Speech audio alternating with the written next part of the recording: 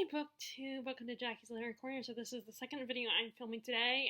This is kind of a last minute actually video that I decided to film. I'm kind of worried that you guys might be bored with my videos because so far all I've done is like what I decided to now call literary updates, where I talk about what I'm reading. And it's just all I've been doing. Occasionally I'll throw in a tag. I know I throw in tags here and there, but I know it. I'm always worried that you guys might be bored of my videos, but hopefully you're not. So I decided to do kind of a summer TBR. But I don't really now I don't really do TBRs anymore. But there are a lot of books that I have started. My dog is sitting behind me. You can't see him, but he's shaking. I don't know why he's shaking. But I just like to do a summer TBR, or at least talk about books that I hope to read in the next 3 months. There's no guarantee because there are a lot of them there, and this is nothing compared to what I normally show you guys as far as like when I do these kinds of videos where I talk about books that I hope to read, because especially when they're 500 plus page books, then they take me a long time to read, and sometimes I take in breaks in between the readings of the books, and I'm sure there are plenty of other books I should also have here. Like, for example, I just thought about It by Stephen King. I reread it. I started to reread it. And then I took a really long break, and I have not gone back to it since. I think that was 2 years ago that I decided. I think it was around it had to have been 2 years ago, or 2 or 3 years ago, because it was around the time when the new movie was starting to come out that I decided, I'm gonna reread it. And then there's Stephen King's other book, The Stand, but it's not the one I brought down here in this pile. That's why I'm looking over here. I have a huge pile of books from off my shelf. So first, as you saw, I was working on,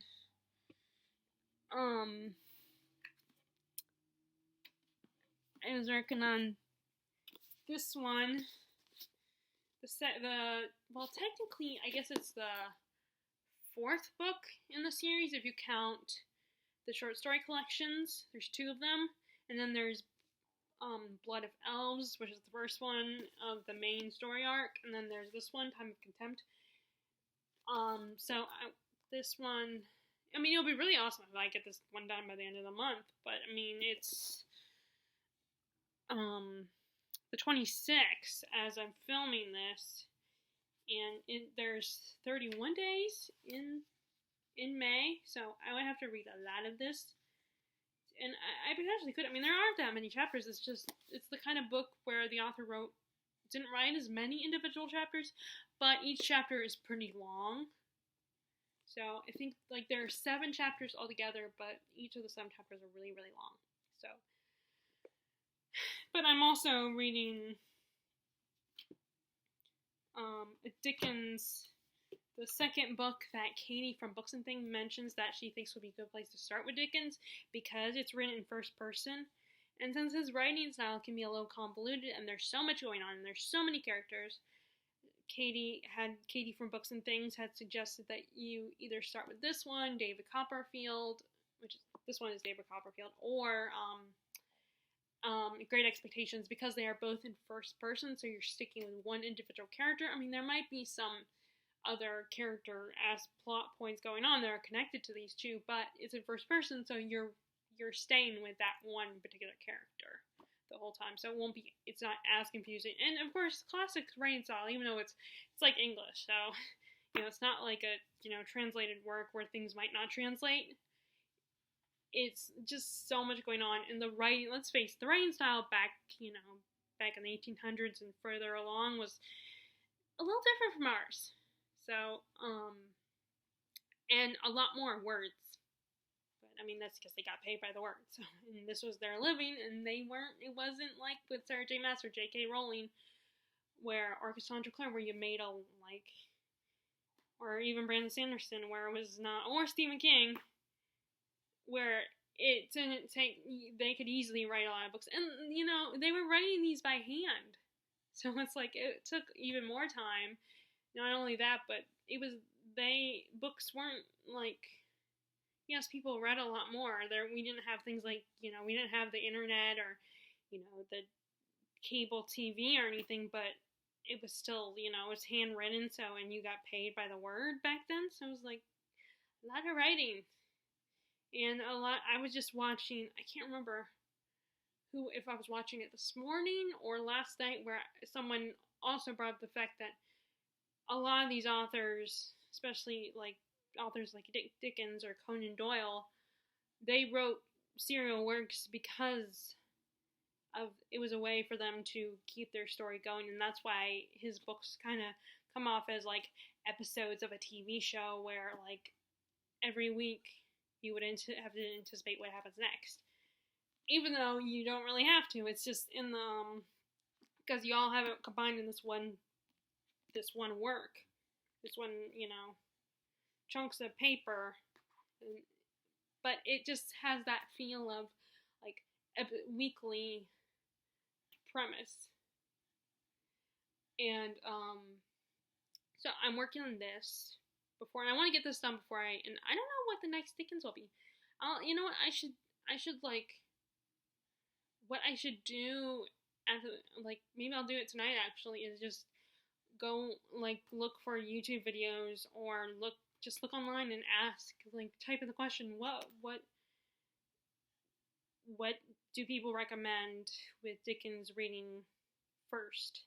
Like, what are people's recommendations? Like, what's like easier? Because I mean, I'm still learning to, I still struggle with this writing style, and who knows if, and so I like the idea of having someone else tell me what they think I should read next. Like, what's a good place to start with Dickens? Even though I've already started with them, like, if you go with if they give you a list of what they think you should read next, the order of what you should read, then I'll know what I can read after I've covered this one and then Great Expectations, if that makes any sense. But, and of course, just like Great Expectations, our main character is in a really sucky situation in the beginning of the book. Their life is, and it's so sad because, Terry and I have talked about this, how back in the day, the kids were not taken as seriously. They weren't, yes, parents loved their children to an extent, but they didn't take them seriously, and it was and they were, like, not important until they became adults. Then they were important. And, like, Dickens kind of takes a look at that, how kids suffer a lot, all because people think, like, adults think they're not important enough. So it's like, you're just someone to be molded to be like me. And I think, and he writes a lot about that, how, like, kids will suffer and have cruel parents or step-parents that will treat them horribly, or, like, they'll be at the workhouse and their quote-unquote boss will treat them horribly just because they're kids and they're not important to them. It's like, who cares? Well, but it's like, how are you gonna know? I mean, what's gonna like, if you don't give them importance now, give them affection now, or discipline them in a healthy and decent way, not in a just, like, if you don't find the balance between affection and discipline, then a healthy balance, because people seem to get that mixed up, then, how are these kids are going to grow up to become healthy adults? And that will be important. Of course, you could make that argument and debate that concept. I could debate that with someone, a character from Dickens' novel. We could go around in circles, because I'm a 21st century person, and these are people from the 18th century? No, 19th century. 19th, because the 18th century is the 1700s. I think people get that mixed up. But I've looked up on the internet, and I know for a fact that 1800s was 19th century, because the timelines don't match. I mean, just because, like, something is in the 18th century doesn't mean it's the 1800s. It's not the same thing. But my dad had argued with someone about that during when we would do our trivia nights. But so I'm working on these right now, and it'd be awesome if I could get this one done. I know I will not get David Copperfield done by the end of the month, but I could potentially get this one done. So I want to progress in this one, but I feel like I need to read this one in bed tonight.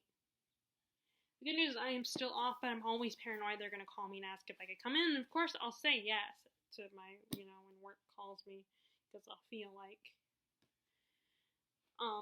I should still say yes. Okay, so where do we start? I'm trying to think of what's a good place to start to show you what I want to. Okay. Oh, first, before I forget, I want to say I finally got the other gift my mom had got me for my birthday, and that was this. I was hoping it would be a classic. Like, I actually, because it took so long to get here, so I kind of, my mom first of all kind of spilled the beans. That was a book, but that wasn't much of a surprise because my mom knows that I love books, and she's probably the only person in the family that would just be like, okay, I'll just get you a book.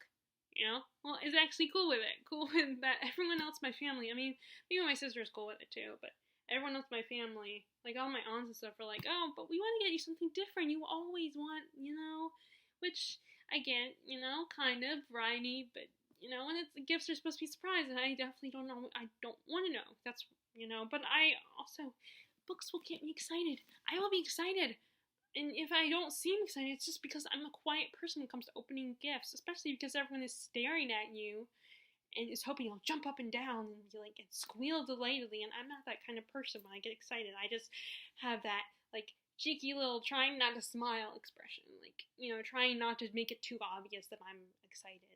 Kind of like that slow smile, that kind of creeps up on you when you're excited and you're trying not to make it obvious.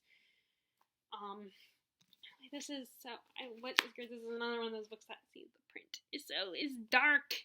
It's dark. I love it when it's dark print. And I've come to like these regular paperbacks rather than, I still have an appreciation for the mass market paperback. I still like those because they're easy to travel with, but I definitely have an appreciation. I definitely can see why most people prefer these. But, and the other thing is the mass markets are cheap. So not only that you can travel with them, but because they're cheaply made, they're not like, it's not like they're going to easily rip apart, but, rip as soon as you open it. But they're basically, it's easy to break the spine after a while on a mass market paperback, or to let it get have a little water on it to the point where it gets damp, or certain like look at my for instance, this is not I could probably show you a better one that is more torn up, but I can't. Oh wait, I see it. But look at my copy of my copy of Clash of Kings, the second book, and Song of Ice and Fire. The spine is broken, and it's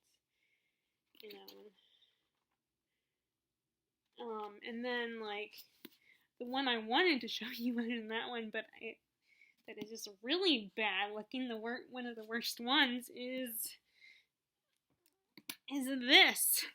My God. Sorry, I didn't mean to spit it, you guys. Yeah, that's really gross. Is this one, the Way of Kings one? Look how, look there, and then here in the front. And look, see right there? It's a pretty beat up book, but, it's still together. It's not like my Harry Potter, which is a hardback book. My Harry Potter book number 3, I've opened to a certain my favorite chapter so many times, it's coming out of its binding. The pages are coming out of the binding now. It's that bad. And I have thought about getting a paperback edition of that one, but I still haven't bought it because I'm feeling part of me is oh, I know, I have a copy already, so there's no point in buying another one, but then there's a point. But yeah, this is the first book in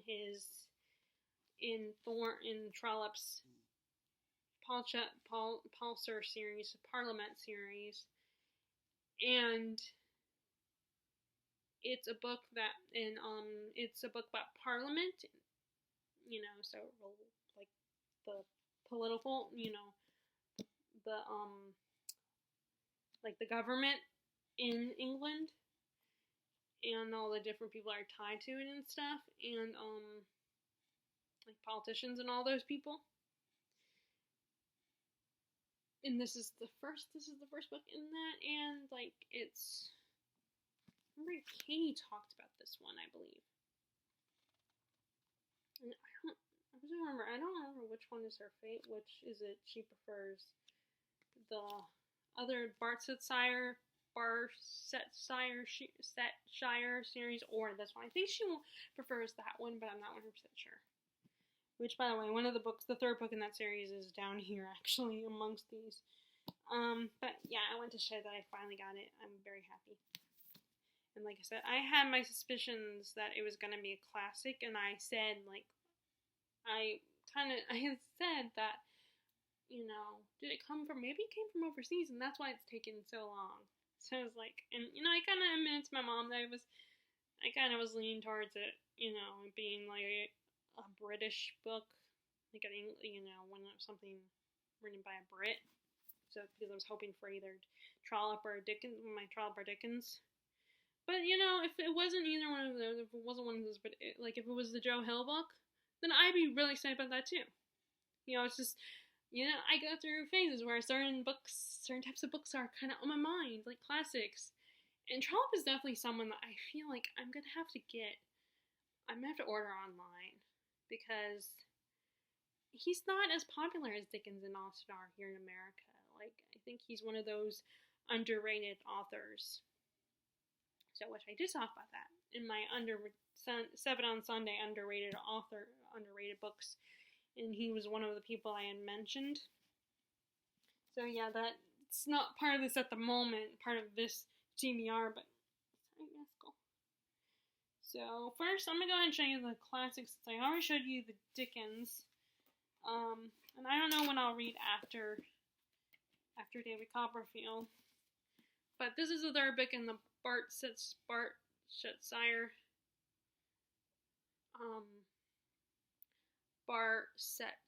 series. Barsetshire series. This is the third book. Dr. Thorne. I don't know much about it. I haven't even read the description. But,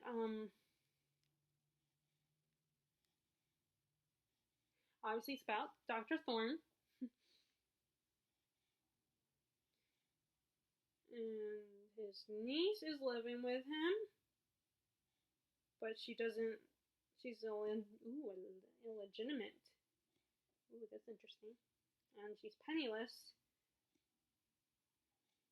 And this squire guy wants to marry her. But his family doesn't want them to marry. So I guess it's a forbidden love kind of situation.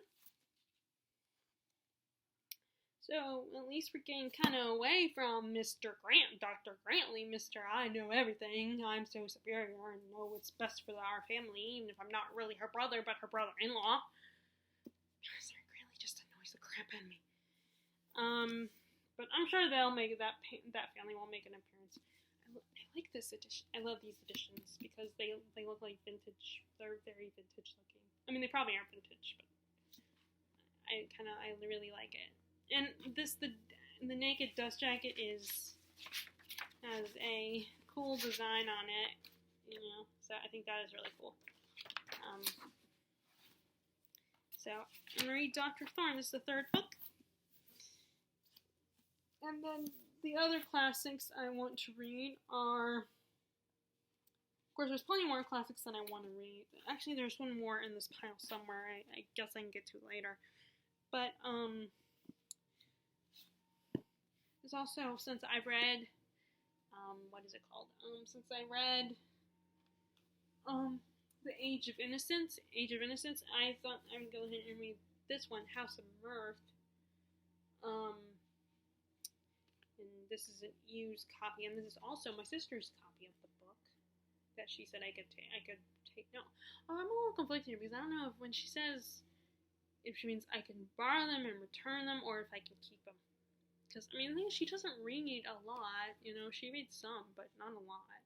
So would she even remember that she let me take it? Would she mind? Because I don't think she'll ever read this. I mean, she might have read in college, but. I remember the Signet Classics, some of the early classic editions that I've bought over the years, Signet Classics. And I think Signet is also a company who did a lot of Stephen King's books too, as well. Published a lot of his books. It has a stupid used sticker on it. So I'm guessing she bought this at her college. Because usually college, has this, the used sticker, the yellow sticker, and then has this on the back, the price and stuff. A lot of used books, so you can tell it's pretty. But it has that paint smell. I actually really like that smell. I remember the first time I ever noticed that smell was actually when I did that reading camp back when I was in middle school. One summer I did a reading camp where we would each of us would had a selection of books, and we could pick that book. And of course, since there weren't a lot of books, a lot of choices, so a lot of people were bound to pick the same book. And then we would come back and discuss the book. And then once we were done discussing, we got to pick one of the books that we liked, and we got to keep them. And I no longer have those books that I got from them. One of them was Among the Impostors, which I did not know was a second book in a series, and Dancing on the Edge was another one, and then Gathering Blue was one that I read, but I didn't keep that one, which I almost regret it, because that was also a second book in the series, The Giver Quartet. Although it's one of those series that I feel like you don't have to read them in order. It's not like a continuation kind of thing. But I remember that was fun. I almost regret it, not that I didn't continue with it a year later, because that was so much fun. I remember, even though I was very shy and barely participated, I just admit I got free books,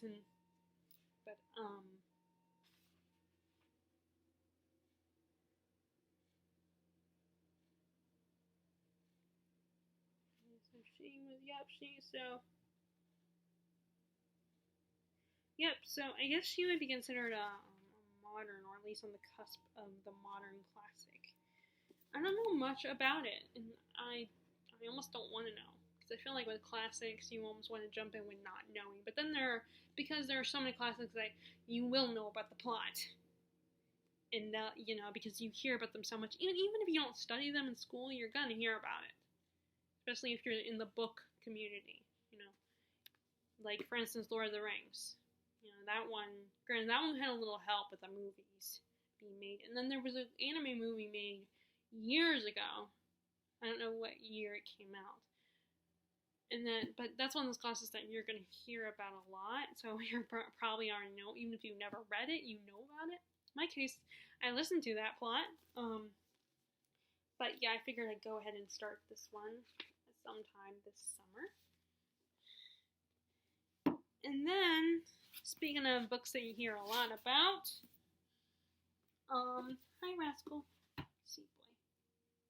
I think my mom sprayed him yesterday because he smelled so good yesterday. So the other classic, speaking of classics that you hear a lot about, even if you've never read it, The Odyssey. I've been meaning to read it and get back into it. I'm at the chapter right when he meets Cersei, I believe. Which, by the way, there's the book Cersei is based on the character in here. I would love to collect these cloth-bound editions of classics, because I think they're really pretty, and I like the design on this particular one, like all the waves, the teal-colored waves on it.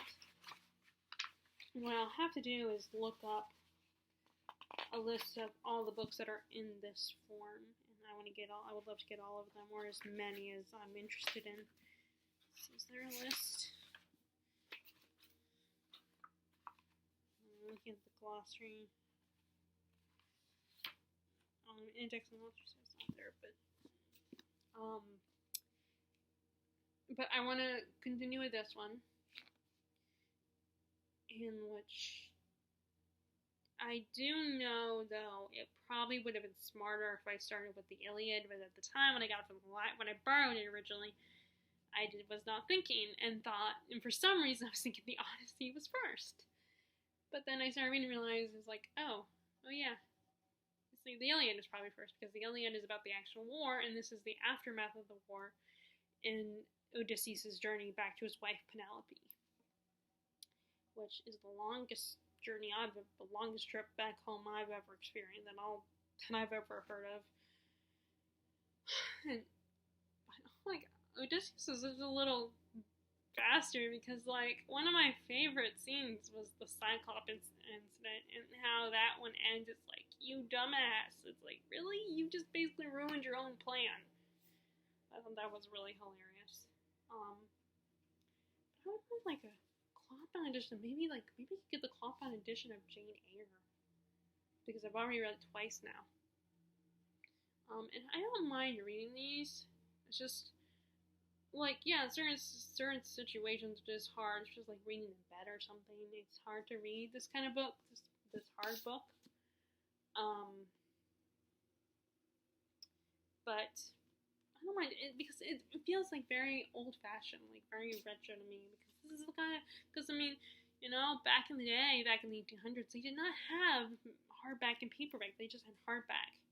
So it's like, you know, it would be like, picture yourself in a, you know, someone's office with mahogany all over mahogany everywhere, and just sitting there in your nice cozy chair, and, you know, looking all studious and reading a book like this, just like this. Just imagine, I just love this image of someone, like, just sitting there reading a book. So, yeah, I gotta read that one as well. Okay, now let's get to the books that I need to read. It's gonna take a little while, but, so first, okay, so I figured this one will not take as long because it's a middle grade, and that is Wondersmith, The Calling of Morgan Crow. Which is about a girl it's a middle grade about a girl that she is a cursed child in her village, and that basically everything bad that happens to people in this village is her fault because she's a cursed child. And so she has to write letters to people all the time, apologizing for causing all the bad things like bad weather or, you know, trouble with your finances or something like that, which is really, like, ridiculous. But, I mean, this is middle grade. Middle grade has ridiculous stories. Silly ones. And she's told that on her 11th birthday, she will die. Because she's a cursed child. But then, there's a ceremony that they have in their community where children will get bid on by adults to become apprentices to them. And Morgan's like that, you know, she goes only because her dad is the mayor of the town. But she doesn't think anything of it because she knows that she's not going to get bid on. Well, surprise, she gets quite a few bids, including one, and I don't remember if they were by the same person or not, but including one by this mysterious man named Jupiter North. And he shows up the night after the bidding and whisks her away just in time, right before the clock strikes on midnight, which is officially her birthday. And she does not die, and he whisks her away to Nevermore, which is this magical world, and she is taken to live at this hotel, and she finds out that she has to pass these trials, these really dangerous trials, and once she passes, that she will become a part of the Wonder Society. And she must also, at the last trial she has to do is a talent. She has to perform a talent of some kind. And she doesn't know what her talent is, and Jupiter North guides her the whole way through. Although he's a little bit cryptic, which I feel like in a lot of middle grade adults don't give kids every answer. And they're always cryptic, whether they're trying to protect them or whether because they just are absent-minded and don't consider the possibility that the kid might need to know what they're supposed to do and how to handle it. And this is the second book, which I'm guessing picks up right where the first one left off, and the information that we find out at the end of the first book comes into play in this one. I love middle grade covers because they're always so bright and whimsical and fun. You know, I mean, they're not always bright. Sometimes they're like pastel colors, but anyway, they're always so whimsical looking and fun. And I need to finally start this. I think I've just been kind of waiting for the right moment, or like, and it's such a fun series, and the first book was really fun, so I can't wait to read the second one. I know Holopox, the third one, was, I believe, delayed because, you know, of course, what's going on right now. I don't know when that's going to come out. Although, I keep wondering, like, will authors sell their books online, at least? Like, even if they can't sell them in stores, could they potentially still sell them online? I don't know. I mean, I don't know, but yeah, this is gonna be so much fun. You know, I can't wait to read it and see what happens next for our poor little delightful little Morgan, who is just, I want to adopt her. She's so sweet, and just the poor little Morgan. She goes through such hardship growing up, and everyone's so hard on her, and she's so feisty. I love feisty kids. I mean, I love feisty characters, but like I said before, I would like to occasionally see stories where our main character is not feisty. You know, like a Jane Eyre or Fanny Price type character. I want to see in a fantasy novel that kind of character. The problem is a lot of times most people prefer those feisty, hot-tempered, brave type characters. I mean, although I don't mind feisty, as long as they're a little more passive occasionally and not just I'm a badass warrior. You know, like I love Anna. I love both Elsa and Anna, but I like how they're not like just badass warriors. You know, especially Anna, and in fact she doesn't even have powers, and the whole issue in the second movie is one of her issues is that she's powerless, her sister's all powerful and stuff, she has these ice powers, and that's her kind of struggle. And there was actually a deleted scene where the parents are like, Elsa shows her that her parents are more appreciative of her than she realizes, and just because she doesn't have physical powers doesn't mean she's not strong and not powerful and not brave and not worthy of her parents' love. But anyway, so I'm gonna do that one next, and that one shouldn't take me as long because it's middle grade. So, and then I finally decided I need to read the sequel to Kings of the Wild. The band series is the second book. There's gonna be 3 books, and this is the second one, which is not like right after the first one. Like, it's not a continuation of the first book. It is about a character. It is about the daughter that is in the first book, who they're trying to save in the first book. The teenage, So she's not the little girl, but the older girl, the teenager. That she's the reason they went on their quest and they got the band back together. In the first book, this is her journey, and I don't know because by the description, I wonder if it's one of those kind of where it takes place in between the events of the Kings of the Wild, or if it's after Kings of the Wild. Like, I was a little confused by that, but this is another one where I love the covers. I love the kind of pastel, like painted type cover. But so I'm gonna start this. I'm gonna read this one soon, and it's actually not that. It's just for some reason with the first one. Like, I started it, but then I got sidetracked, so I didn't read it, I started it, but a few months later is when I continued with it. But, so I don't want that to happen with this one. They definitely need to read this one next. And I feel like it's because, despite that, like, rough start, it didn't take me that long to read the first book. So it shouldn't take me that long to read the second book, as long as I don't make the same mistake. Says it's time to take a walk on the wild side. So I'm wondering if this is in reference to the title of the first book. But yeah, and it looks so cool. Like, and it's such a fun series. The first book was really fun. I'm sure the second one will be fun too. And the first book, like I said, it kind of reminded me of like some of the, parental figures in my life, like my dad or my older male coworkers, and like them in their younger days, like how they like to. Okay, so and then after that one, I do need to finally get back into Cassandra Clare, because I have read my original plan was I would read both. Finish up the Bane Chronicles, and then I wanted to read Tales from Shadowrunner Academy, because I was told that it was a good idea to read that one first before you started with this series. And now I have both the first and the second book. I don't have the third one, but I haven't even started this one yet, so it's okay. But this is about characters that were introduced in the final book in the Mortal Instruments series. About the characters that were brought in who were kids during that war, like preteen age, I think. And this is about them and their lives as Shadowhunters. And of course, it's going to have romance probably and all that. In fact, I do believe that it's one of those like parabatai, which I know how to say it. I can never say it before.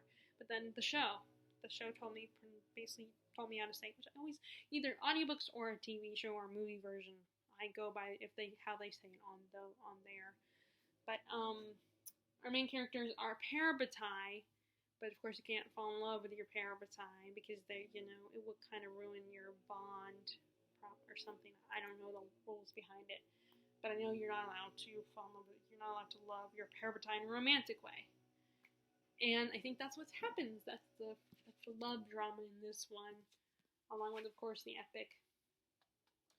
I know people have issues with Cassandra Clare, and I'm sure, like, writing it's not perfect, her stories are not perfect, and, like, for instance, I think one of the things that bugs people is how in the original 3 books in the Mortal Instruments series, in the second book, City of, I can't remember what it's called, where Clary, our main character, and Jace, that it's, like, they assume, they're told that they're brother and sister, some people are like, oh, we're all grossed out by it, a little weird, but then as you kept going, and although people do say her writing has gotten better in this series, it's almost like you gotta like get through the original books that she wrote before you get to the good stuff. You get through all the vegetables before you get to the sweet treats. City of Ashes. I forgot. It has all the books on the back. So I love these spines too. I think the spines are really cool. So I want to get to that one. And I have so many adult books that I'm reading this year. I gotta read some more YA books, which will include this series, and then I know that there is the other series that I have on here, the Seven Realms series. I want to read that one as well. And I do have the first book in the spin-off series to that one, so once I finish that one, I can do that. And I will probably put the second book in the spin-off series on my Amazon wish list. So I gotta read that. So next, let's go to this pile. Okay, so as you know, so the rest of a lot of. Okay, well, actually, let me go ahead and go to the. Well, so now some of these are books that I know I'm not going to get done within the next 3 months. I mean, I could surprise myself and maybe I could get it done within the next 3 months, but I highly doubt it. But I'm going to keep going with The Way of King. I need to keep going with The Way of Kings as well. And don't ask me to explain the plot of this one to you. You're just going to have to look it up if you haven't heard about it yet, because so many things are going on in this plot that I couldn't, it's not me being all like, I'm just going to waste time telling you about it. You can look it up. I mean, as in, I just want to give a very good summary of what it's about. But I will say there are like 3 main perspectives in it, and 2 males in the different ages and 1 female. One is a slave who's and one of them is a kind of a hybrid / soldier, and then the other woman is a priestess or something, trying to she's training. She wants to be a ward to the sister of the new king. But anyway, it's the best I can do. It's the best I can give you. But so much is going on in this, and surprisingly, I'm on page 511. So I've gotten pretty far into it. But I mean, and as long as I don't wait too long before I start reading it again, then I'm good. But it just really I almost want to buy another copy, like one of the regular trade paperback copy, because it's not nicer. But so far this is still good and intact. But I need to read this as well, but that, like I said, I'm not gonna get that done within the month. And then I keep meaning to read Ken Follett, and I have started both his main series that I know of, but I still haven't gotten very far in either one of the first books in his series. So I took down both of them, actually. Let me go ahead and see if I can grab it. Which is this one, Pillars of the Earth, which is about a cathedral being built. But obviously it's so much more than just about this cathedral.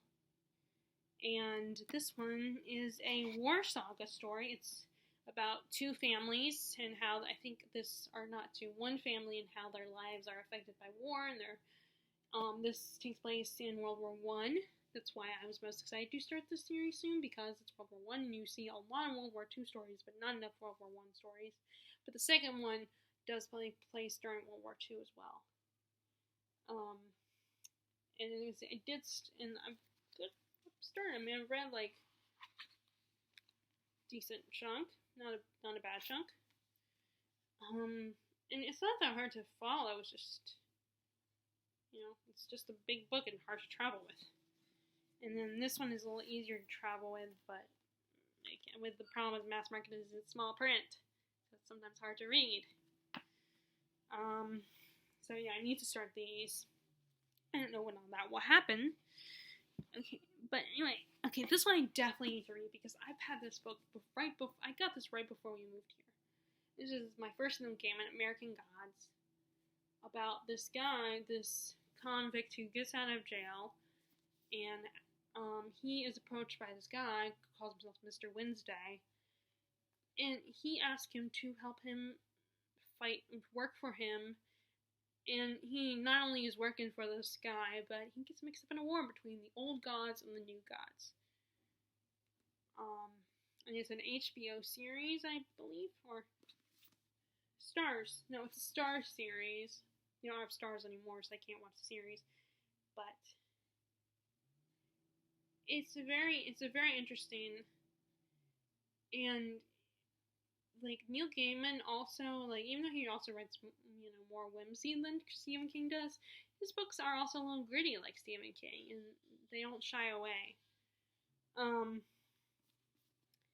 But so far I've got a decent chunk into it, so it's just, again, sometimes I get sidetracked. So, and then in this pile, the last book is Valor, and I have been waiting to read this series. It has been so long, and finally Chris Terry herself got the second and the third book for me. There's 4 books, so there's one more book I need. It's one of those epic war sagas, it's humans versus giants, and I have been assured, I wasn't, because it's been a while since I've read the first book, Malice. But I have been assured that it's not tropey or cliche. In fact, it turns tropes on their head a little bit.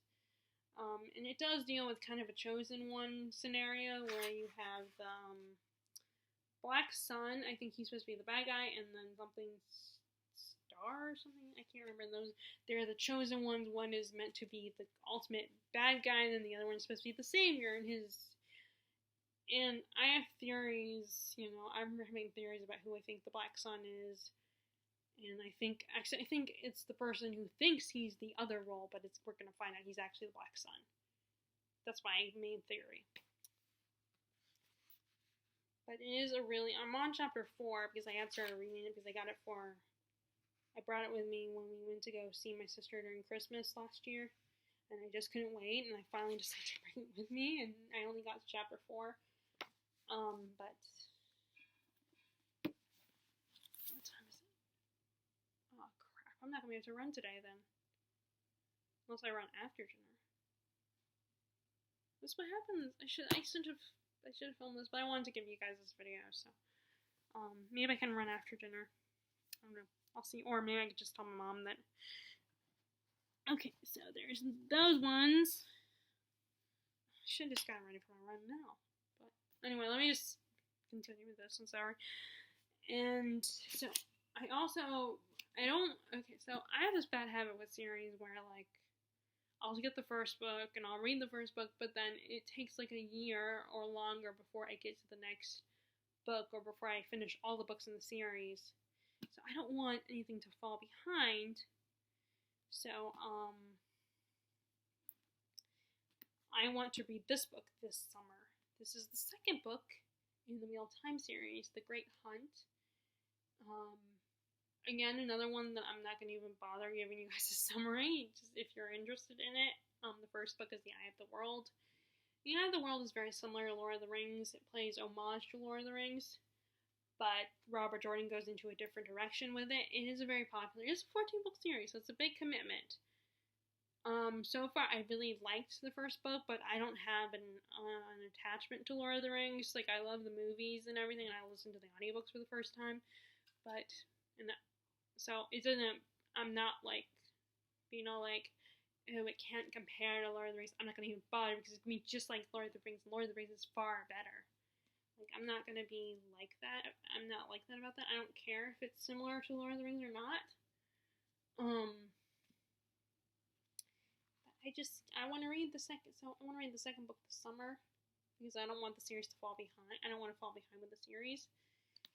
And again, chunky, but I want to do it. Which, actually, let me go ahead and talk about another chunky book, and that is Clash of Kings. I need to read this one. This is the second book of the Song of Ice and Fire series. It's a really fun series. Basically, all these people are fighting for power because, because the king gets killed, and all these people want to claim the throne, including the people who originally had the throne before the Lannisters took it from them. And although I do not know anyone that would sit on that chair, that has got to be the most uncomfortable chair ever. Can you at least give yourself a cushion? But this is the second one. And obviously I think this is the one that's not everybody's favorite. Like, I think this one is kind of boring to a lot of people, I think, because not a lot is going on. It's just characters interacting with each other and dealing with the aftermath of the first book. It's a multi-perspective story, and it's a good story. It's just, it's a junky book, and I get sidetracked, so. But I want to read that one as well this summer. Like I said, there are so many here, and I'm not a fast reader, so I will not get through all these. Okay, so the next one, this one looks like one I could potentially get through really quickly if I put in the effort, and that is The Poppy War, which is a fantasy version of a real-life event that happened in China. Our main character, she's kind of an orphan living with this family, and she decides to give herself a better life before and not end up stuck in a marriage by applying to a really elite military school. And she ends up getting into the school because she's really good at memorizing stuff, but then the school turns out to be a little more brutal than she realizes, a lot more tougher than she anticipates. And, but then the second half of the book is more, I think, about the actual war that the title is referring to. It's definitely, and this is not for the faint of heart from what I hear. I haven't gotten anything that far to anything that is super, really bad and disturbing, but a lot of people say it's not for the faint of heart. It's a tough read, but I'm really liking it. And also, I wanted to actually read it this month because this month is Asian Heritage Month. But I just never, I was more focused on, like, Tome Topple and Medieval-a-thon, but then I feel like I didn't do super well on Medieval-a-thon or Tome Topple. But I think also partly because I'm not as active in the readathons as far as participating, like, on Instagram, and I don't have a Twitter account. And that's where a lot of the action takes place, a lot of the challenges and stuff. So that could be part of it, why I feel like I'm not as active as I would like to be. I mean, I did get some books read for, that I applied to the prompts for Medieval-a-thon, but,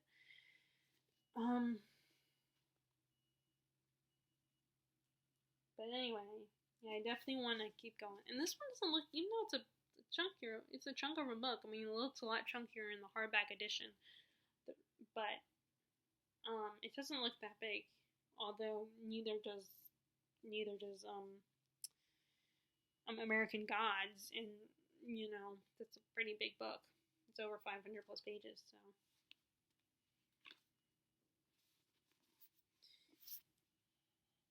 So speaking of, and then here's the next classic that I mentioned earlier, East of Eden. This is a book I've had for a while. I have started it quite a few times, and I do enjoy it. It's just, again, it's a big chunky book and it's a classic, so the writing is a little bit different.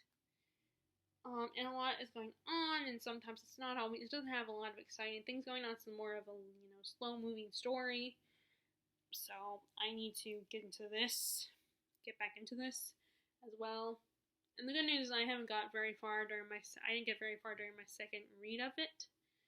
So I'm gonna keep going with it and try again. And it's like I said, something I don't like. It's just not a fast moving plot. I'm definitely a plot driven reader. So that's one of the classics I need to read. And next is one that will definitely, if I set my mind to it, I definitely get it done a lot faster, and that is Gods of Jade and Shadow.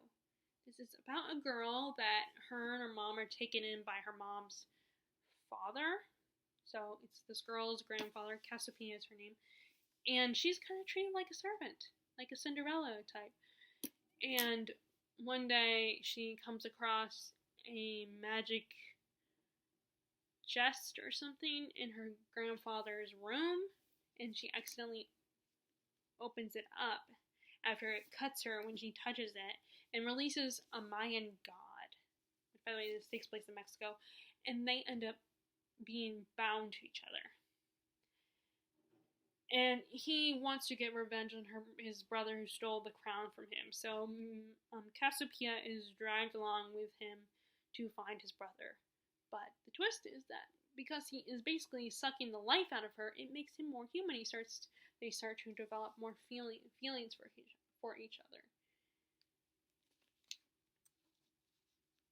Especially because he becomes more human. So I'm gonna keep going with this. And this is one of those books that Olive from Book Olive really enjoyed. So if she enjoyed a fantasy, then it's worth checking out. Especially if it's like a YA fantasy. So next is another one that I started that I thought was gonna be a fantasy, going by the title, like maybe more supernatural-esque, as in vampires or werewolves or like more like paranormal. But it's actually a thriller mystery. I mean, I don't know if there might be magical realism in it or not. Carnival of the Dead, it's one that I started, and it's actually kind of part of it's actually connected to a series that I probably will not read. But, it's about this young girl, Teresa, who finds out that her favorite aunt is missing. And so she works with her and her mom go to where her aunt lives and decide to investigate and find out what happened to her aunt. And her mom is all set to think that, oh, your aunt is probably dead because she gets into trouble quite a bit. And Teresa doesn't believe that and she decides to investigate. And this takes place in, I believe, Rome. Oh, Venice. In Venice. I think the family may be from Rome, and the story itself takes place in Venice. It's a little bit of it kind of makes me think of, it kind of makes me think of a book that I actually DNF'd. I can't remember what it's called, I can't think of what it's called, but it's this woman who's obsessed with, I think, Bach or Beethoven, one of the famous songwriters, and back in the 18th century, the 19th century, 18th through 19th century, and this group of people, she's supposed to archive his collection, and she finds out that these people have discovered a way to project themselves through time to the existence of this guy's, I think it's Beethoven's life, and how you do that is you ingest toenails, which I found really gross. And it was an okay story. I might have actually finished it, I don't know. But it also reminds me of a Dan Brown novel. Which, most people I'm pretty sure know about Dan Brown's work, like Angels and Demons, The Da Vinci Code.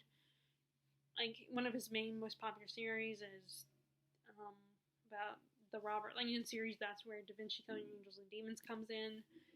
And he's this Harvard professor who somehow always gets involved in this religious mystery, and he has to find out what's really going on because life and death is involved. It kind of makes me think of that a little bit too.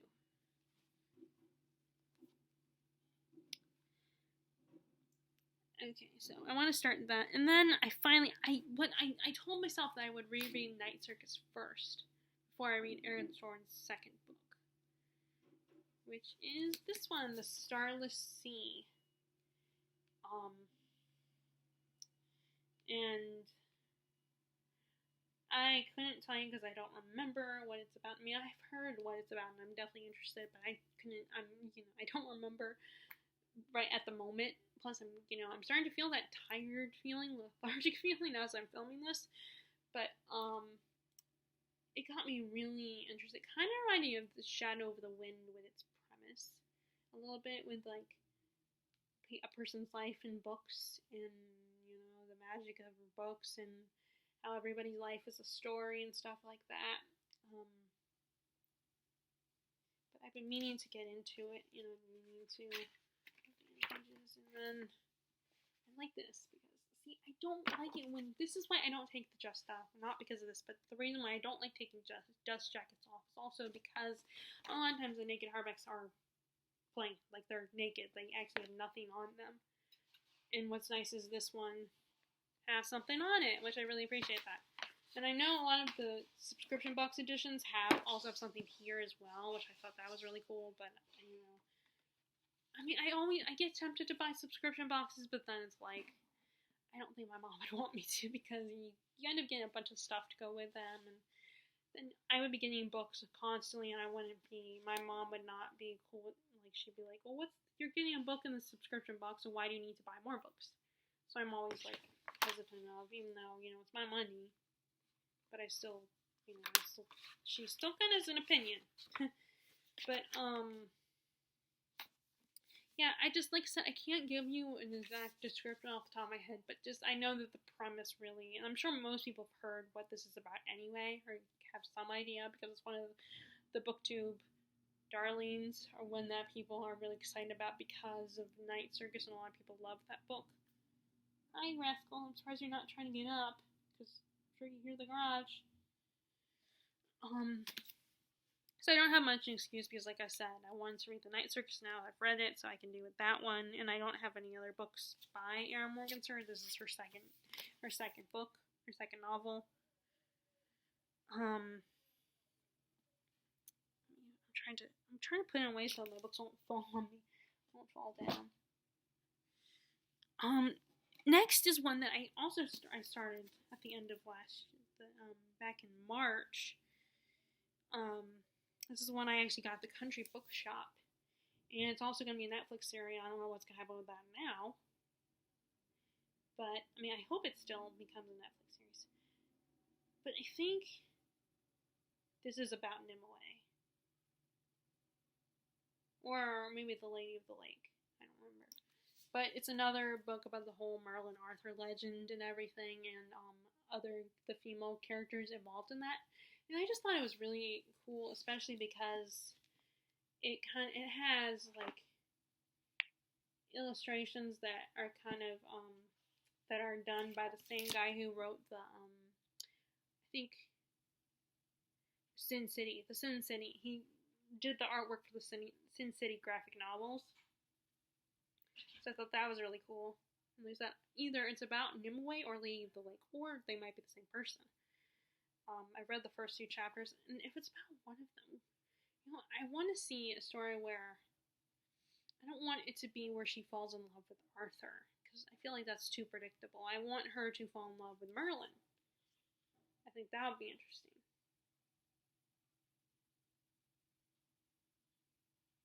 Oh, yeah, it is about Nimue. Because it says it right here in the back, in the front flap. So it is about Nimue. Let's see, this is the Frank Miller artwork. And I also and I was going to use this for Medieval Fun prompts because it's orange, and one of the prompts is read a book that's orange has orange on the cover. and then you'll get once you complete that book, then you'll get the fox for a pet companion. Oh, that's cool. Mommy's calling you. One second. I gotta get my dog out here because my mom's calling him. Rascal, come on, mommy, come on. You wanna eat? Come on, let's go eat. It's dinner time. Mom, call him.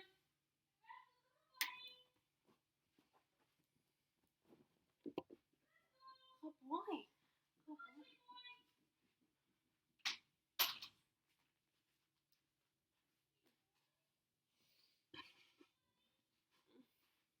Yep, I might be missing my run tonight. I was not planning on doing that, but I wanted to make this video, so. But anyway, I'm like I said, I'm hoping that she'll fall in love with Merlin instead of Arthur, because I feel like Arthur would be such a predictable plot point. I think it would be more interesting if she fell in love with Merlin instead. And I actually, at one point, I even thought about writing a fan fiction where Merlin turns out to be a bad guy, and it's Morgan Le Fay, who's the innocent one, who's one of the good guys, and I know the whole thing with Arthur and his half-sister Morgan and that whole plot at that point in the story and everything, I know that, but I'm going more along the lines of the Merlin TV series starring Colin Morgan, and I can't remember who played Arthur, but it's younger versions of Arthur and Merlin, and what if they grew up together. And I thought it'd be interesting if she. So I was gonna use that as my motivation for the story. It is gonna be a Once Upon a Time related fan fiction where they end up in Storybrooke, and she has a romantic relationship with Jiminy Cricket, aka Dr. Hopper, because that guy, to me, that he deserves love. He deserves love. He's such a sweetie, such a sweetheart. He deserves some romance.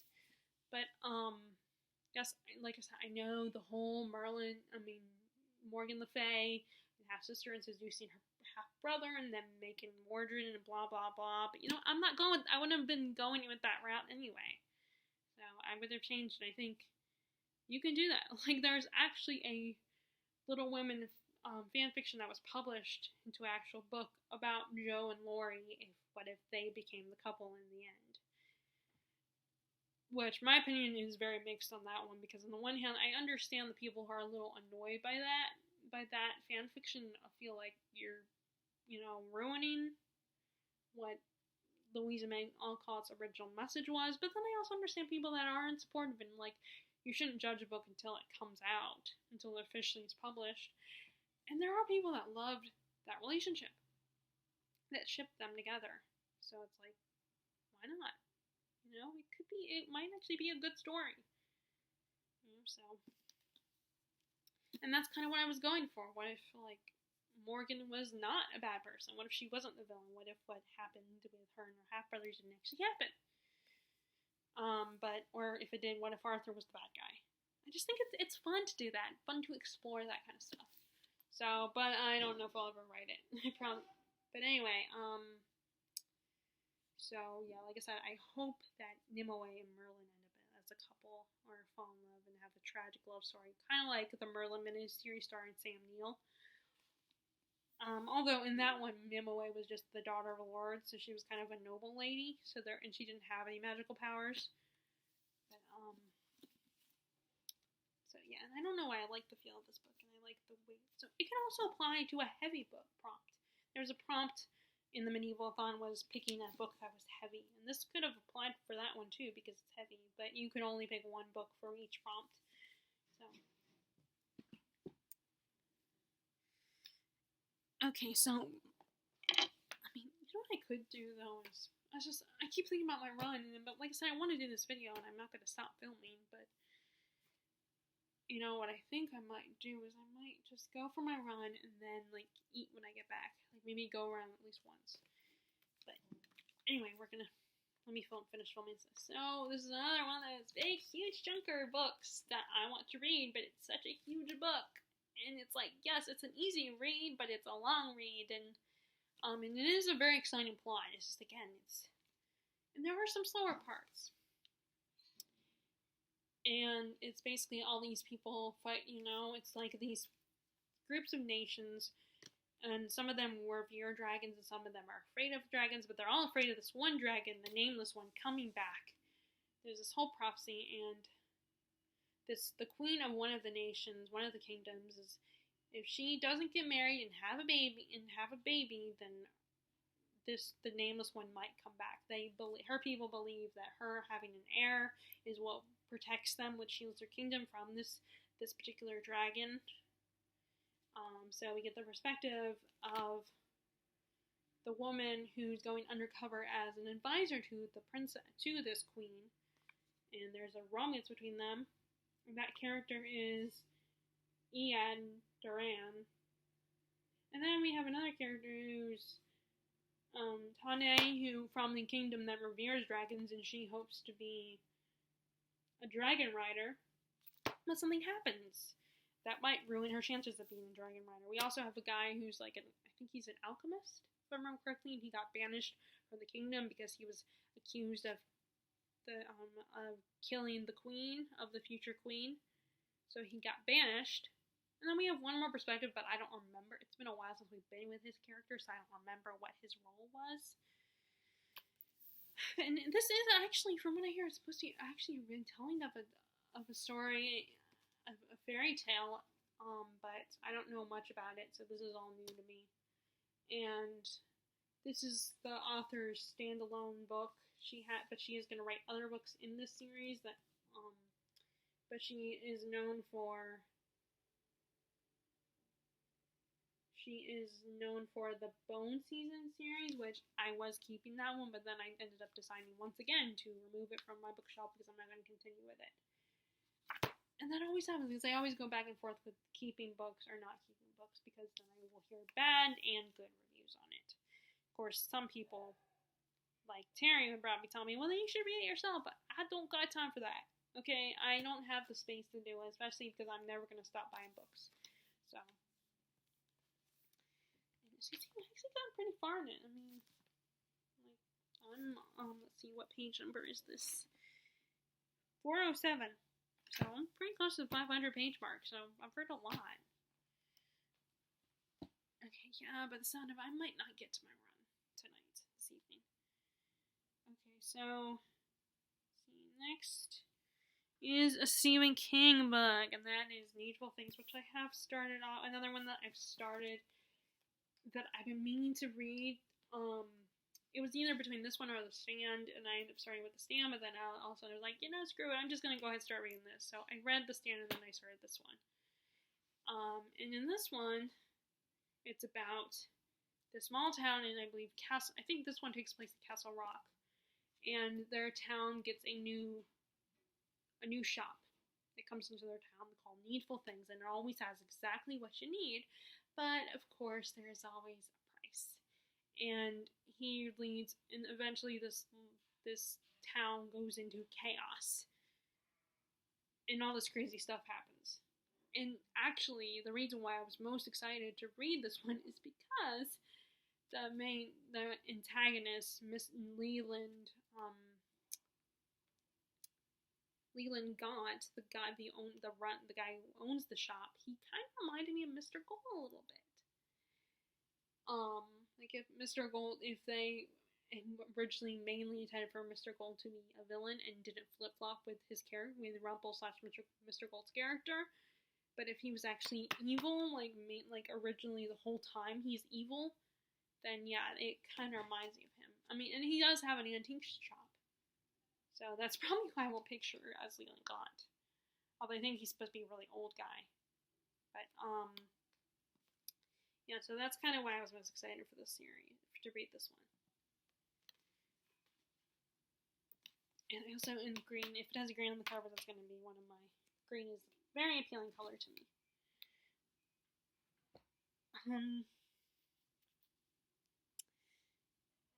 And next is classic that this is one of my oldest classics on my shelf, and one I keep meaning to continue with, and that is Count of Monte Cristo, which I always mention this one because what I've read of this so far, I absolutely love, and I want to finish it. It's a classic, and it's a big book. It's over 1,000 pages long. It's basically the original revenge story where this man is convicted of being a Bonapartist, and when he escapes prison, he's sent to a prison, an island prison, but he eventually escapes and changes his life, disguises himself, and becomes a whole new person who is seeking revenge on those who betrayed him. And it's such an engaging story. It's very intriguing. It's just long, and there are parts that are a little bit tedious, not the most exciting parts. And I admit there are parts when I'm like, what does this have to do with our main character's story? But then eventually you find out what the connection is. It's really good. It's just a long one, and sometimes it's not the most exciting, and sometimes there's so many words that it's like, which I sound like that kid in that episode of Are You Afraid of the Dark? The tale of the bookish babysitter, where the kid is like, he's this kid who would rather play video games. His mom hires a babysitter who will use books to get kids to, really get kids, like stop being like lazy, gets them excited about the magic of books. And she makes this deal with him, and she's like, if you read a book for a few minutes, then I will leave you alone. And he agrees. And as he's reading them, first of all, he starts hearing some weird sounds as he's reading the book. And he's struggling with the reading because he doesn't read a lot. And he's like, first of all, one of the things he says is, this book's boring. And she's like, how do you know? You only read one sentence. He's like, believe me, I know boring. Which, you've never cracked open a book, yet you assume that you know boring because you watch TV and movies all the time. And then the second time, when she's like, oh, you gotta keep going, don't give up, don't stop, and he's like, this one's boring, this is lousy, and it has too many words. But, it's one of my favorite episodes, actually. But yeah, classics are very challenging to read. I mean, especially the really long ones. And again, serial authors were very serial writers back then. So, as you can see, it's very dated. I've had it for a while. You can tell it's pretty beat up a little. It's kind of beat up a little bit. So I've been meaning to read. I want to read that, or at least a good chunk of it this summer. So remember, these are all books I'm going to read in the next 3 months. Next is one that doesn't belong to me, but actually belongs to my brother-in-law, and I've had it for a while. And I ended up deciding not to. For a while, I had decided, okay, I'm done. I'm just going to give it back to Ryan and everything. But then he didn't see it, I guess. So he never took it back. So it's like, I'm going to go and try again. And this is John Adams by David McCullough. So it's about John Adams, who is our second president. And this, the author is a Pulitzer Prize winner. And he also wrote 1776. But I've heard that this is a good one, but what I've read so far was, when the little bit I did read of it, it was kind of dry and not the most exciting. But, I mean, it's also nonfiction, it's a biography, so of course it's not supposed to be super exciting unless you're really interested in the subject matter, which I kind of am, but you also have to get me in a certain kind of mood. But this is just a really good, but I keep meaning to read it, because I've always been kind of interested in, ever since 1776, I discovered that. My dad introduced me to that musical. I've always been very intrigued by John Adams for some reason. But yeah, I've been meaning to attempt this, and I think what I should probably do is just buy a paperback, keep the paperback, and then give this back to Ryan when we can finally go visit them, or they can come see us. Who knows when that will happen, because who knows how long it will take before the virus it's safe for people to leave their homes. So I think that's basically self-explanatory.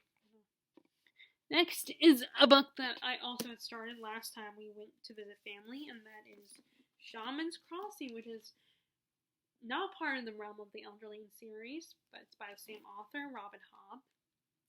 It does, and there are aspects of it that remind me of the Realm of the Elderlings, with the main character Fitz in at least 3 of the series in there, in the Realm of the Elderlings. But I I've been meaning to get to it, and I don't remember what it's about. I did start reading it, but it's been a few months. But I remember it was interesting.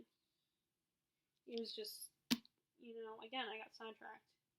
Like I said, I think sometimes the fact that hardbacks are not easy to read or hold or travel with, it kind of, it makes it even more intimidating because I can't just throw in my purse. I mean, I could depending on the size of it, but. So I've been meaning to get to this one, and I want to read it because I really love Robin Hobb so far, and I wanted to read something other than her Realm of the Elderlings books. But yeah. So this is a trilogy.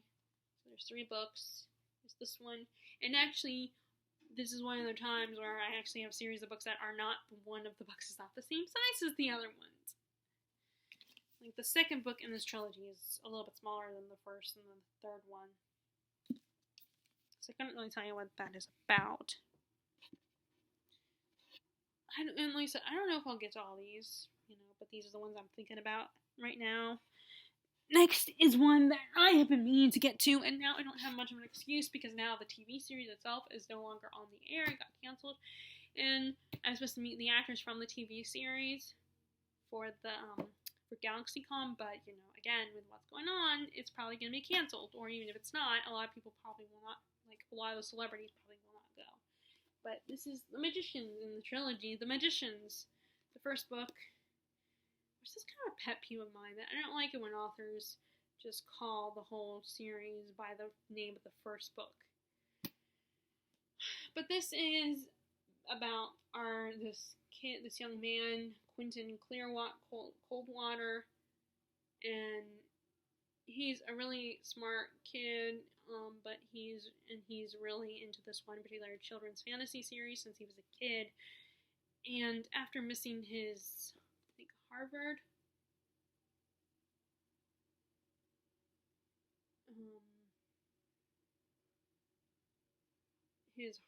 I want to say it's Harvard that he was supposed to go to, his Harvard interview, he ends up coming across Break Bill's a college for magicians, and he gets in, and he discovers that the world from his childhood fantasy series, is real, but it's not what it seems. It's not as whimsical as it seems.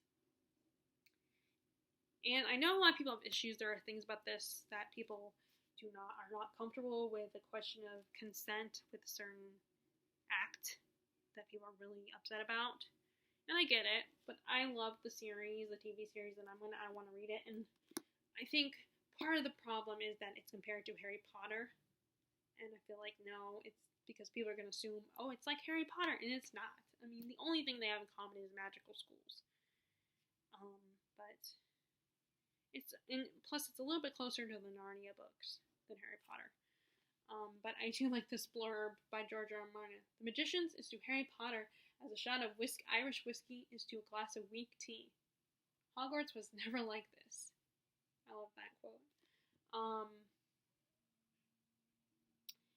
But like I said, I really liked the TV series, so I want to read the trilogy, and I've been meaning to, and I did start it. Which, one of the criticism it receives is boring is a little bit, I hate to say it, but a lot of people think of the beginning as kind of boring. But it's only 3 books, so. But I can respect also if your reasoning is like there's that one particular aspect that you were just not comfortable with.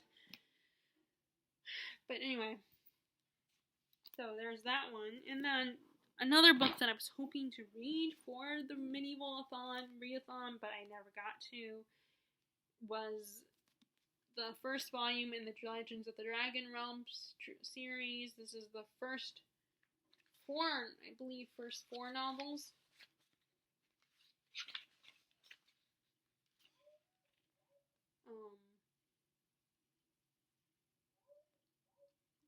Actually, first 3 novels. The Fire Drake, Ice Dragon, and Wolf Helm. And through because I feel like I don't read enough dragon stories, and I don't want to read a YA or middle grade dragon story. I want to read an adult dragon story. And they're so far from. I know there are dragons that are shapeshifters. They can turn into dragons, but they can also turn into humans. So, and what I've read so far was very interesting. I want to keep going with it. But I'm getting another chunker. But it does help that it's paperback, so it's easier, a little bit easier to travel with.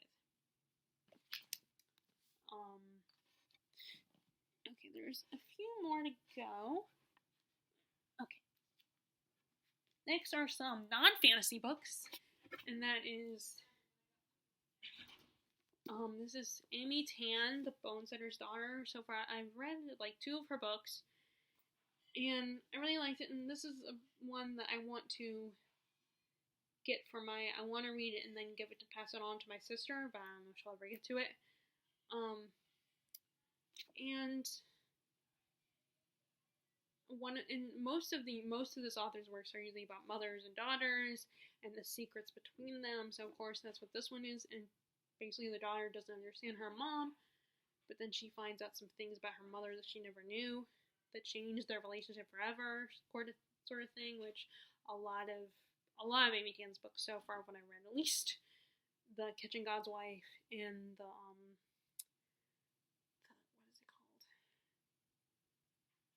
I can't remember what it's called. I mean, it shouldn't be that hard to remember because it's I can't remember, but I know that Mahjong is involved in that one. I cannot remember what it's called. But anyway, yeah, so I wanted to read this one, and then, like I said, pass it on to my sister and my mom.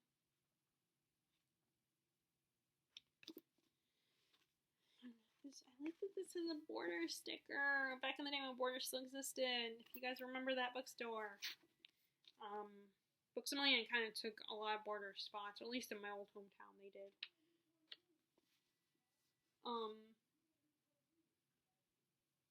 So I want to read this one as well. And I'm trying to speed up because I can hear my mom getting dinner ready, so I guess I'm not going to go for a run unless I go right after. But anyway, I also want to read my next Sarah Waters book, which is Tipping the Velvet, and this is again another one that I've started a while back. About this woman who becomes enchanted with this female performer, and she ends up being her partner, and they fall in love. But of course, this is in the 1800s, so it's frowned upon, and people are constantly judging them. It's like I think she's a vaudeville performer. But so it's a bit of a love story, forbidden love kind of story, and it's just beautifully written from what I've read so far, and I just find the romance very intriguing. So I don't totally not read romance, it just depends on the type of romance it is, and if it's a little different. But, and it's just, I really like Sarah Waters' writing style. I'm gonna read this one. I got all of her books that I think are published, except for Affinity. I don't have that one. I want to get that one. And then another author I really love is Kate Morton. She's historical fiction. She usually writes mysteries, and I have not read her newest one, Clockmaker's Daughter, but I want to read. I've been rereading all of her books. So I've already reread The Forgotten Garden twice now. I'm starting reading it for a prompt for one of the readathons I've been doing the last 2 months. I can't remember which prompt it was, but I decided to start that one, but then of course I got sidetracked. But I had originally started this one back in April, The Distant Hours, which is about, again, she's an author who writes about mothers and daughters, and this woman, Edie, her mom receives this letter from a woman who took her in during World War II, because a lot of kids were being, I can't remember what the word is, if you watch the Narnia, or if you read the Narnia books, or you watch the movies, like a lot of the Pevensey siblings were being sent away during World War II, and that's when they went to live with the professor. And this girl, Edie's mom, was sent to live with these three sisters back during World War II. And it's about her experience with them. And then I think there's a forbidden love story or something involved. And these girls are also the daughters of this famous writer who wrote this one-hit wonder, The Mudman, which is very famous and well known.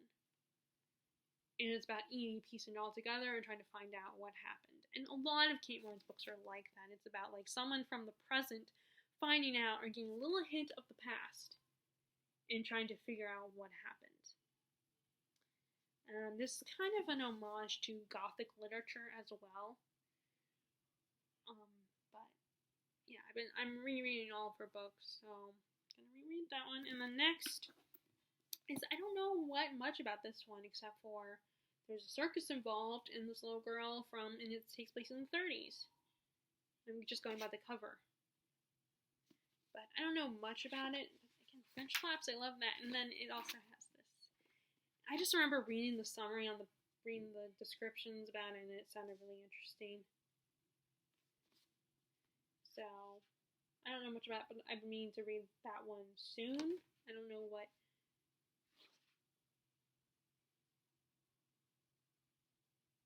I've been meaning to read this one soon. This is one of the ones I got from the roast office back in, a couple years ago. So, plus, I thought the fact that it was set in the 30s makes it a little bit different. So, okay, and then the last three books are all fantasy. So, first is I finally bought this one, The Night Country, which is the sequel to the Hazelwood by Melissa Albert. I was so excited when I heard about this coming out, and I still hadn't bought it until like last year, I believe, or earlier this year.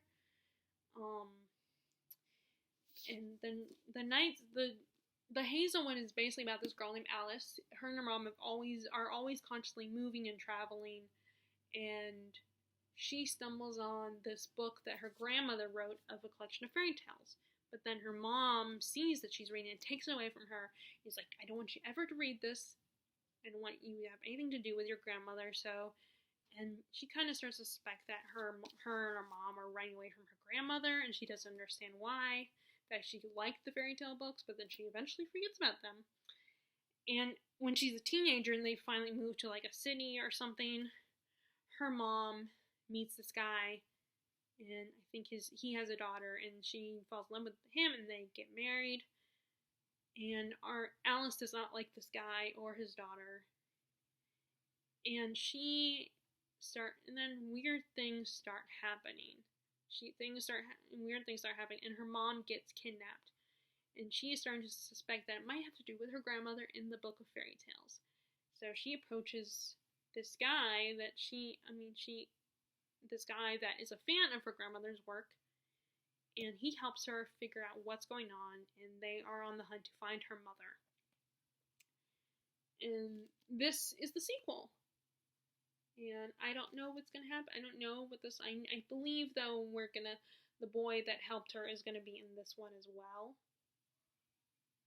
And it's really a very dark, very edgy fairy tale world. It just has this sort of interesting... It has a fairy tale feel, but it also has a little bit of a different kind, a more edgier feel to it. It's a little creepy, and some of the fairy tales are very different and a little weird. But I personally like it, and I can't wait to read this one. I just haven't started it yet, but I love these covers too. I think the last one was kind of a gold and black color, and then this one obviously is like kind of a reddish pink color with a dark blue. I'm curious what the Owl Crate cover looked like, because I'm sure what the Owl Crate cover would look like. Because usually Owl Crate, the covers are like complete opposite of the original cover. But, yeah, I want to read this one as well this summer. soon. And it's one of the ones that, you can tell by the size it's not going to take me that long. So, YA books, just YA middle grade books are the ones that take me the least amount of time to read. And then before I show you this last one, let me show you these two. So, I have been meaning to start this one because I want to read books, epic fantasies that are not just about the typical magical creatures. Because, you have werewolves, vampires, elves, fae, humans with magical powers. I want to read I've been meaning to read more books about characters that are normally they're the psychic characters. They're the secondary characters. They're the ones that get killed first. Sometimes. And I did attempt to read a series about orcs, but then I didn't like it. It was kind of a little bit much for me, and it did not get the best reviews, or at least it has mixed reviews. This one is about dwarves, and this is one that Holly herself has gotten into, and she's been meaning to read, and I don't know if she ever got around to it or not, but I thought I wanted to check it out, and I still have not read it yet. And I don't want it to be one of the ones that eventually I get to the point where let me look at Goodreads and look at reviews and see how much people loved it or hated it, and change and just not even bother with it, just go by Goodreads. I don't want it to become one of those books. So I want to start it this summer. And I like all the dwarves in The Hobbit. I love those guys, and I would love to hang out with those guys, especially during dinner parties or for holiday parties. They would be so much fun. The dwarves in that one. But yeah, this one is, although these guys might not be as fun as those guys, but I thought, it's something different. And usually those guys are psychic characters, so secondary characters, with the exception of in The Hobbit. It is a series, of course, because most fantasy books are series. There's only a handful of fantasy books that are standalones. And then the next one this is the second volume in the Rhyria Revelations, about Royce and Hadrian, who are two thieves for hire. And in the first volume, they get framed for killing the king after they are asked to steal a sword, which happens to be in the king's chambers. And so it's all about them helping the prince and the princess and find out what's really going on. And then this second book, I don't know what's going on in this one. Just the adventure continues for Royce and Hadrian, and they are essentially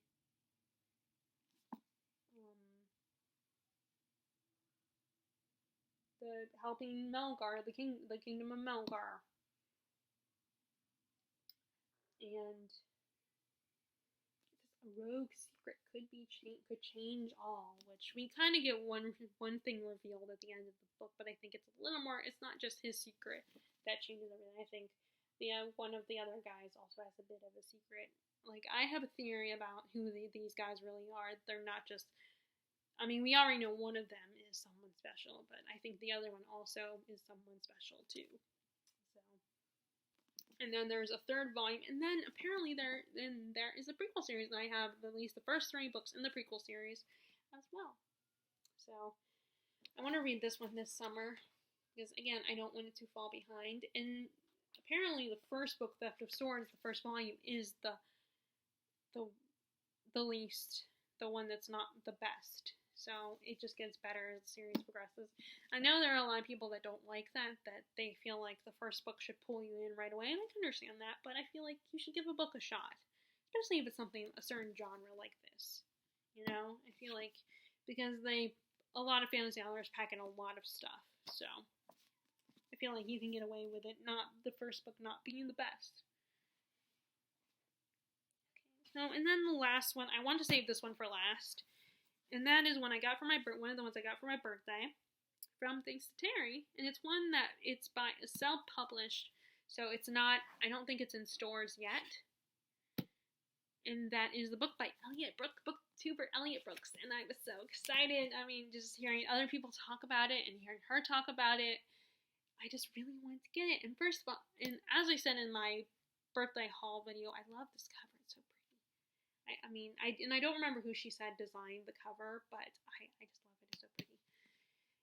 And it's just so cool. I don't remember what exactly it's about, but it's fantasy and epic fantasy.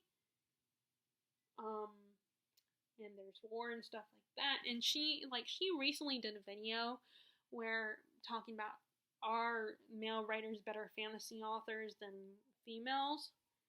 And there's this whole video about the stigma that female authors cannot write epic war fantasy stories because we can only write the romance and all that fluffy stuff and whiny teenage girl stories and who discover their powers and all that. And a lot of female authors who write these kinds of books write these epic stories that a lot of times they have to either they give themselves like neutral names, because even Elliot's name could be a guy name, or they use their initials. So it's like they make it seem, just to disguise the fact that they're female. And apparently she talked about in this video that some of those authors were told that, I'm so glad I didn't know you were a female, or I might not have read it.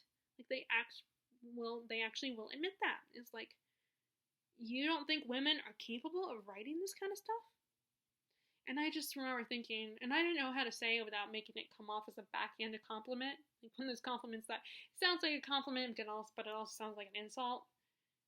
Because I want to say something along the lines of that, actually, I think it's for a different video that it was actually for a different video, and I was wanting to tell her that I got her book, but it's one of those books that probably isn't in stores yet. You can only buy it online. So I felt like it would be kind of like saying, I almost thought it would sound a little insulty, like a little rude, and I didn't mean it like that. So I ended up not saying anything. I didn't say anything on that video, the other video either, because, well, for some reason, when I was trying to type my comment, the video would like either pause when I clicked the cursor to type, or like when I would start typing, all of a sudden it would go to small screen when I was trying to type my comment. That really annoyed me. So I ended up forgetting not doing the comment after all. But anyway, yeah, so I didn't know what to comment to her without, in a way that was like nice and wasn't like me trying to, although I was going to admit that this is going to come off as a little flattery. But I'm so glad I have this in my hands. It's so cool. I'm glad I have it. And it's a pretty big chunk of a book. Although it looks like it has